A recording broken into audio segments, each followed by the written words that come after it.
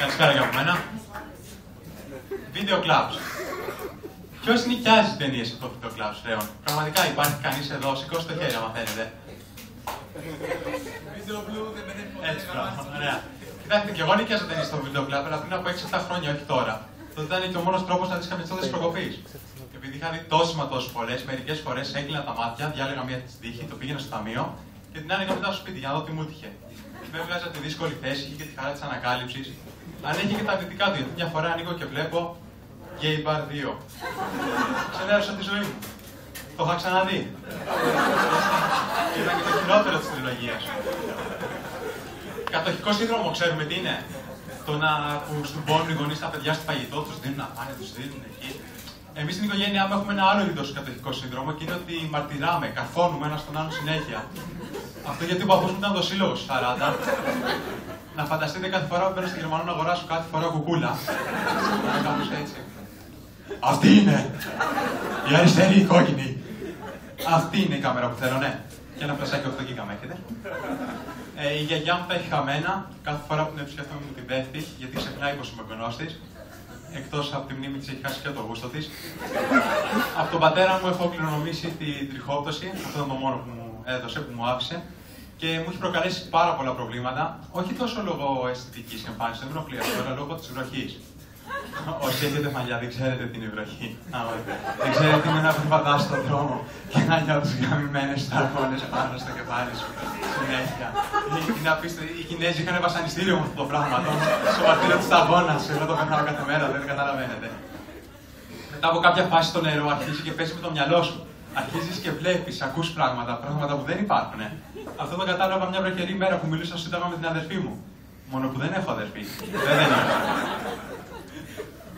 Να συνεχίσω ότι χώρισα πρόσφατα. Βασικά με χώρισε η κοπέλα μου.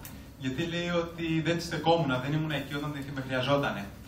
Εντάξει, δεν πήγα στο νοσοκομείο όταν είχε κάνει εγχείρηση. Αλλά δεν μπορούσα, της είχα πει. Είχα rate στο Go, δεν γινόταν να πάω.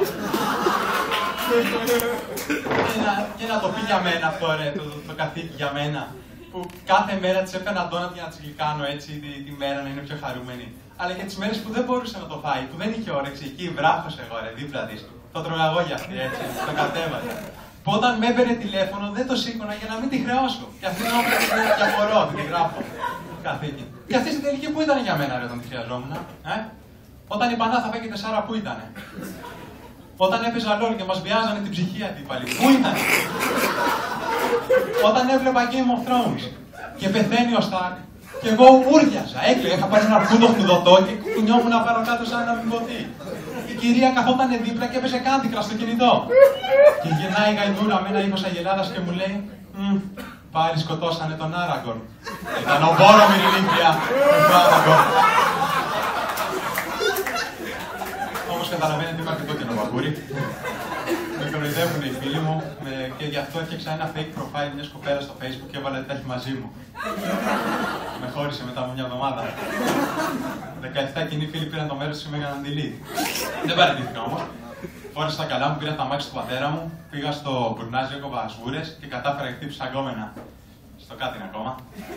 2 ποδαράκια σπασμένα. Δεν πειράζει, θα τις περάσει. Θεώρησα ότι όλη αυτή η κατάσταση παίζει να θέλει λόγω της τωρινής μου κακής οικονομικής κατάστασης, ενώ παλιά είχα οικονομική άνεση. Υπήρχε περίοδος που αγόραζα κινητά και πήγαινα ταξίδια κάθε 2-3 μήνες, αλλά μετά υπήρχε περίοδος που δεν είχα κανένα φάουν, δεν είχα να πληρώσω λογαριασμούς.